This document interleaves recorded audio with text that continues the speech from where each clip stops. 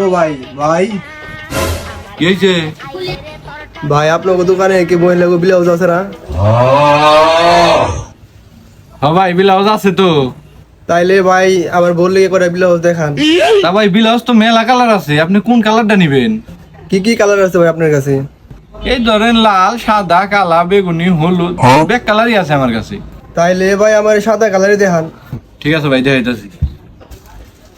এই যে ভাই, লোন আপনার সাদা কালার ব্লাউজ। কি দিলেন ভাই আমার এটা? এটা তো ব্লাউজ না, এটা তো জুতে। এই ভাই, কি কোন আপনি? এটাই তো ব্লাউজ। না ভাই, এটা তো ব্লাউজ না, এটা তো জুতার মতন দেখান যায়।